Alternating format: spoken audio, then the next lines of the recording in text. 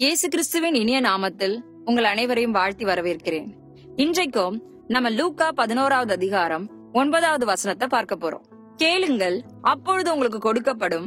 தேடுங்கள், அப்பொழுது கண்டடைவீர்கள். தட்டுங்கள், அப்பொழுது உங்களுக்கு திறக்கப்படும்.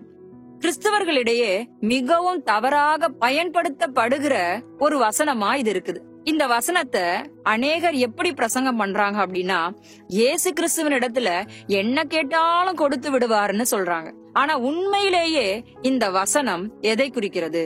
பரிசுத்த ஆவியானவரை தேவனிடத்துல கேட்பதை பற்றி தான் இந்த வசனம் பேசுகிறதே தவிர உலக பிரகாரமான ஆசீர்வாதங்களை பற்றி இல்ல.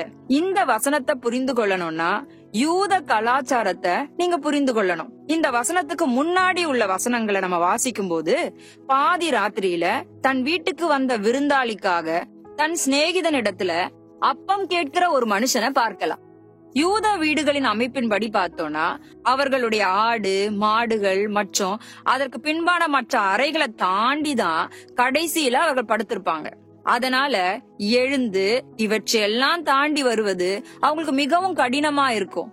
ஆனாலும் முதல்ல தயங்கினாலும் எல்லா அறைகளையும் தாண்டி வருவது அவனுக்கு கஷ்டமா இருந்தாலும் அவன் எழுந்து வந்து ஏன் கொடுத்தான் தெரியுமா?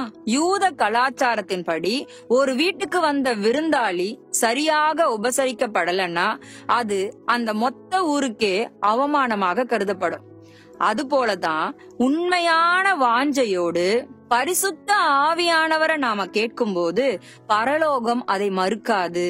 இந்த காரியத்தை தான் இந்த வசனத்தின் மூலமா இயேசு கிறிஸ்து சொல்றாரு. சரி, அடுத்த பகுதிக்கு வரலாம். இப்ப அந்த வசனத்துக்கு பின்னாடி உள்ள வசனங்களை பார்க்கலாம்.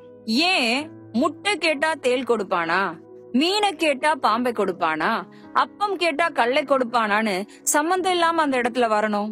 இதற்கும் நம்ம யூத பின்னணிக்கு தான் போகணும். யூத தேசத்துல தேள் வெள்ளை கலர்ல இருக்கும். இந்த தேள்கள் சுருண்டு இருந்தா பாப்பதற்கு முட்டை மாதிரியே இருக்கும். அப்ப கோழிகள் முட்டையிடுற இடங்கள்ல அந்த தேள்கள் காணப்படும். சில நேரங்கள்ல முட்டைன்னு எடுக்கும் போது தேள்கள் கொட்டுறதுக்கு வாய்ப்பு இருக்கு. அது போலவே பாம்பு மாதிரியே சில மீன்கள் காணப்படும்.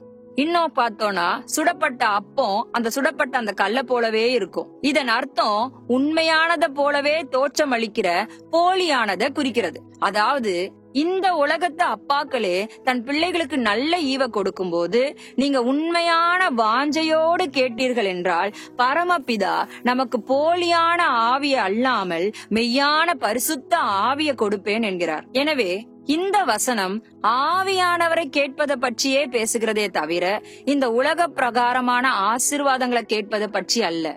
சற்றே சிந்திப்போம். ஆமேன்.